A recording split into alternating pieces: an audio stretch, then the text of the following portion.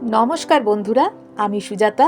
আমার সুজাতা সোয়াল চ্যানেলে তোমাদের সবাইকে অনেক অনেক স্বাগত আর অনেক অনেক ভালোবাসা।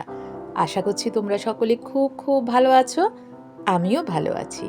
আর আজকে আমি নিয়ে চলে এসেছি এই ঠান্ডা ঠান্ডা শীতের সকালে নলেন গুড়ের পায়েস বা খেজুর গুড়ের পায়েসের রেসিপি আজকে আমি বানালাম।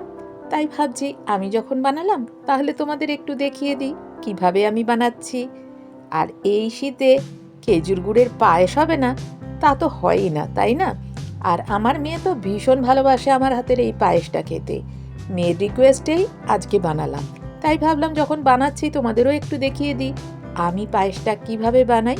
পায়েস বানাতে তোমরা সকলেই পারো, কিন্তু আজকে আমি বানালাম, আমি কিভাবে বানাচ্ছি সেটাই তোমাদের দেখাচ্ছি। আর এই দেখো, যেই পাত্রে আমি পায়েস বানাবো সেই পাত্রটা বসিয়ে দিয়েছি আর তাতে একটু জল দিয়ে দিয়েছি। কেন দিয়েছি? যেই পাত্রে পায়েস বানানো হয় সেই পাত্রে যদি আগে একটু জল দিয়ে তারপরে দুধটা ঢালা হয় না, তাহলে আর পায়েস বানানোর সময় তলায় আটকে যাওয়ার ভয়টা থাকে না। যে বারবার নাড়তে হবে ঠিকই আছে, কিন্তু যদিও কখনো নাড়া না হয় যে তলায় আটকে যাবে, এই ভয়টা থাকে না। সেই জন্য একটু পাত্রের তলায় একটু জল দিয়ে তারপরে দুধটা দিলে সেটা সুবিধা হয়, দুধটা আটকে যায় না। দেখো, আমি এখানে 3 প্যাকেট দুধ নিয়ে নিয়েছিলাম, তোমাদের প্রথমেই দেখিয়েছি। তার সাথে নিয়ে নিয়েছি গোবিন্দভোগ চাল, ওই 80 গ্রাম মতো হবে, কেন 100 গ্রামের থেকে একটু কম ছিল। 3 প্যাকেট দুধ আর ওই 80 গ্রাম মতো চাল নিয়ে নিয়েছি। আর নিয়ে নিয়েছি কাজু কিশমিশ আর খেজুর গুড়ের পাটালি, হ্যাঁ নলেন গুড় যেটাকে বলে সেটাই নিয়ে নিয়েছি। এবার আমি দুধগুলোকে এক এক করে প্যাকেট কেটে কেটে আমি ঢেলে দিলাম যেই পাত্রে বানাবো সেই পাত্রের মধ্যে। সব দুধটা ঢালা হয়ে গেলে তারপরে যতক্ষণ না ফুটে ওঠে ততক্ষণ অপেক্ষা করতে হবে। ফুটে উঠলে বেশ ভালো করে করে নাড়িয়ে নাড়িয়ে সুন্দরভাবে জাল দিতে হবে বেশ কিছুক্ষণ সময় ধরে। সেটাই তোমাদের দেখাচ্ছি। দেখো, দেওয়া হয়ে গেল এক এক করে প্যাকেটের দুধ। তোমরা সকলেই বানাও, সকলেই জানো কিভাবে নলেন গুড়ের পায়েস বানাতে হয়, কিন্তু সবার বানানোর ধরন তো একরকম না, তাই না? তাই আমি কিভাবে বানাচ্ছি সেটাই আজকে তোমাদেরকে দেখাবো। দেখো, দুধটা সব ঢেলে ভালো করে নাড়িয়ে দিচ্ছি। ঢালা হয়ে গেছে, একটু ভালো করে নাড়িয়ে নাড়িয়ে ওপর নিচ করে করে উঠিয়ে উঠিয়ে দিলে কি হয়, দুধটা বেশ সুন্দর গাঢ় হয়ে তাড়াতাড়ি জাল হয়ে যায়। আর দেখো, একটা ছোট বাটি নিয়ে নিয়েছি, সেই বাটির মধ্যে এক প্যাকেট ছোট ওই 10 টাকার গুঁড়ো দুধের প্যাকেট এনে সেই দুধটা আমি এই বাটির মধ্যে দিয়ে দিলাম। দিয়ে এবার এই যে দুধটা গরম হচ্ছে, সেই গরম হওয়া দুধের থেকে হাতায় করে করে একটুখানি দুধ তুলে আমি এই বাটির মধ্যে দিয়ে তারপরে সুন্দরভাবে এটাকে গলিয়ে নেব, মানে গুলে নেব। প্রচণ্ড ঠান্ডা, গলার অবস্থা খুবই খারাপ, তোমরা বুঝতেই পারছো বন্ধুরা। কিন্তু তবুও এই ঠান্ডার দিনটাই আমার ভালো লাগে। আমার গরম বা বৃষ্টি একদম ভালো লাগে না। শীত যতই পড়ুক আমার কিন্তু ভীষণ ভীষণ ভালো লাগে। আর তো এই শীত কটা দিনের মাত্র, তাই না? এ কটা দিন ভালোই লাগছে উপভোগ করতে এই শীতের দিনগুলো। সে সোয়েটার পরে চাদর গায়ে দিয়ে কম্বল গায়ে দিয়ে কাটিয়ে দেওয়া যায়, কিন্তু এই শীতকালটা চলে গেলে এরপরে যখন গরমটা পড়বে না, তখন না খেয়ে শান্তি, না শুয়ে শান্তি, না বসে শান্তি। আর এই ঠান্ডাটা পাওয়ার জন্য তখন এসি চালাও, পাখা চালাও, পয়সা খরচ করে করে এই ঠান্ডাটা নিতে হবে, তাই না? ফ্রিতে যখন এই ঠান্ডাটা আরামে পেয়ে যাচ্ছি না, এই কটা দিন মাত্র উপভোগ করাই ভালো।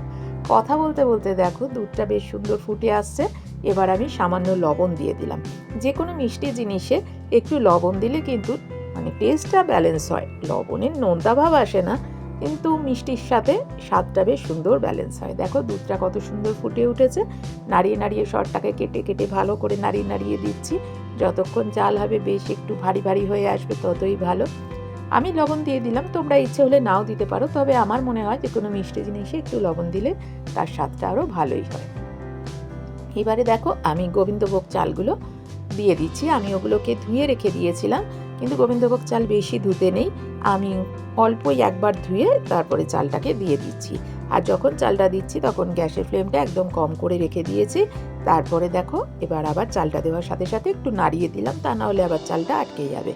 অনেকে আছে চালের মধ্যে ঘি মাখিয়ে রেখে দেয় দেওয়ার জন্য, কিন্তু আমি দিলাম না। কাজু কিশমিশও অনেকে একটু ঘিতে প্রথমে ভেজে নেয়, কিন্তু আমি ভাজলাম না। আবার অনেকে এই নলেন গুড়ের পায়েসে এলাচ দেয়, তেজপাতা দেয়, কিন্তু আমি দিলাম না। কেননা আমার মনে হয় এই যে নতুন গুড় বা খেজুর গুড়ের পায়েসে একটা আলাদা সুন্দর গন্ধ থাকে, আর এই শীতকালে এই গন্ধটার জন্যই পায়েসটা খেতে কিন্তু ভীষণ ভালো লাগে। এমনি সময় যখন আমি চিনি দিয়ে বা বাতাসা দিয়ে বা এমনি মিছরি দিয়ে যখন আমি পায়েস বানাই, তখন আমি তার মধ্যে কিন্তু দিয়েই থাকি একটুখানি ঘি দিয়ে, চালটাকে আগে মাখিয়ে রাখি বা কাজু কিশমিশটা একটু ভেজে নিলাম ঘি দিয়ে, এলাচ বা তেজপাতা দিয়ে দিলাম, সেগুলো আমি সেই সময় দিয়ে থাকি। কিন্তু যখন আমি নলেন গুড় এই খেজুর গুড়ের পায়েস বানিয়ে থাকি, তখন কিন্তু আমি তার মধ্যে ওগুলো দিই না। এলাচ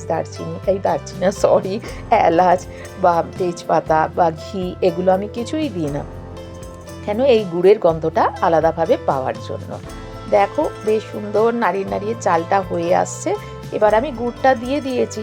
সরি বন্ধুরা, আমি যখন গুড়টা দিচ্ছি সেটাই তোমাদেরকে দেখানো হয়নি, মানে আমি ভিডিওটা চালাইনি, যে সেটা আমি ভুলেই গেছিলাম। আমি ভেবেছিলাম ভিডিওটা চালু আছে, সেই কারণে আমার সেইটা দেখানো হয়নি, আমি পরে তোমাদের দেখিয়ে দিলাম। আর গুড়টা যখন দেবে সবসময় গ্যাসটা এক হয় বন্ধ করে দেবে, আর তা না হলে গ্যাসের ফ্লেমটা একদম কম করে রাখবে।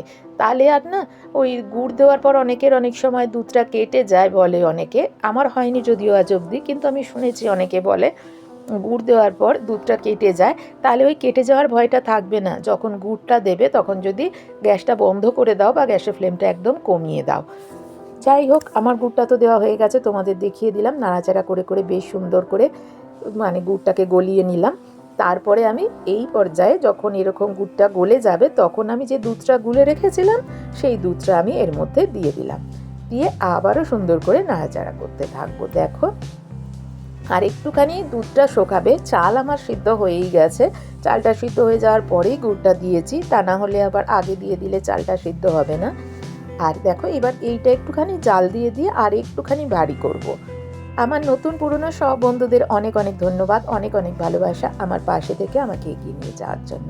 আর এখনও পর্যন্ত আমার যেসব বন্ধুরা ধৈর্য ধরে আমার ভিডিওটা দেখছো, তোমাদেরকে অনেক অনেক ধন্যবাদ, অনেক অনেক ভালোবাসা। দেখো আমি এই অবস্থায় কাজু কিশমিশটা দিয়ে দিলাম। যেসব নতুন বন্ধুরা আমার ভিডিও দেখো কিন্তু আমার চ্যানেলটা এখনও সাবস্ক্রাইব করোনি, যদি ভালো লাগে তাহলে আমার চ্যানেলটা সাবস্ক্রাইব করে আমার পাশে থেকে যেও, আর পাশে থাকা বেল আইকনটা অল করতে ভুলে যেও না কিন্তু, তাহলে আমি যখন যে কোনো ভিডিও আপলোড করব সবার প্রথম তোমাদের কাছে তার নোটিফিকেশন চলে যাবে। আর এই দেখো কত সুন্দর ভারী ভারী হয়ে আসছে, শুকিয়ে আসছে, দেখতে পাচ্ছ তো। আমি কিন্তু খুব বেশি একটা শুকাবো না, আমি এই রকমই রাখবো, এই যে তোমাদের দেখিয়ে দিচ্ছি দেখো এইরকমই রাখবো, কেননা এটা ঠান্ডা হলে কিন্তু আরও অনেকটা জমে যাবে। আর পায়েস একদম খটখটে শুকনো জমে গেলেও তো ভালো লাগে না, সেই জন্য আমি এই অবস্থাতেই আমি নাবিয়ে ফেলবো। বাকিটা যখন ঠান্ডা হবে তখন বেশ সুন্দরভাবে সেট হয়ে বসে যাবে। তোমরা কিন্তু অবশ্যই একবার এইভাবে বানিয়ে দেখো, আর কেমন লাগলো আমাকে জানাতে ভুলো না কিন্তু। আমি আজকে তোমাদেরকে বানানো শেখাবো বলে কিন্তু আমি পায়েসটা দেখাইনি, আমি আজকে রান্না করলাম, সেই জন্যই তোমাদেরকে দেখালাম যে পায়েসটা আমি কিভাবে বানাই। আমার মেয়ে আমার হাতের পায়েস খেতে ভীষণ ভীষণ ভালোবাসে। ও আজকে আসেনি, আমি যখন বানালাম ও বলেছে মা তুমি রেখে দেবে, আমি পরের দিন এসে খাবো। ওর আবার পরের দিনে বাসি পায়েসটা খেতেও বেশি ভালো লাগে, কিন্তু আমার কাছে থাকলে ও তো যেদিন বানাচ্ছি সেদিনও খেত, আবার পরের দিনও খেতে পারতো। কিন্তু যেহেতু শ্বশুরবাড়িতে আছে ও, সেহেতু টাটকাটা তো আর খেতে পারলো না। ও বলেছে আমার জন্য ফ্রিজে রেখে দেবে, আমি গিয়ে তারপরে খাবো। সেই জন্য আমি বানানোর পর সব বাটি বাটি করে সুন্দর করে বেড়ে বেড়ে রেখে দিয়েছি, কেন পরে আবার বেড়ে বেড়ে দিতে গেলে আবার জল কেটে যাবে, কি হবে, তাই বাটি বাটি করে সবার বেড়ে রেখে দিলে পরে কিন্তু বেশ বাটি শুদ্ধ নিয়ে নিয়ে সবাইয়ের খেতে খুব ভালো লাগে। দেখো আমি কিন্তু গ্যাসটা বন্ধ করে দিয়েছি, এরকমই রেখে দেবো, বাকিটা কিন্তু ঠান্ডা হওয়ার পর একদম সুন্দরভাবে জমে যাবে। কেমন লাগলো আজকে আমার এই পায়েসের রেসিপি তোমরা কিন্তু জানাতে ভুলো না কেউ। দেখো কত সুন্দর রঙটা এসেছে, দেখেছো, দারুণ হয়েছিল খেতে কিন্তু। তোমরা অবশ্যই বানিয়ে দেখো।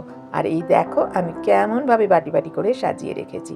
চলো আজকে আমার এই পর্যন্তই। সবাই খুব ভালো থেকো, সুস্থ থেকো, আনন্দে থেকো, হাসি খুশি থেকো সব সময়।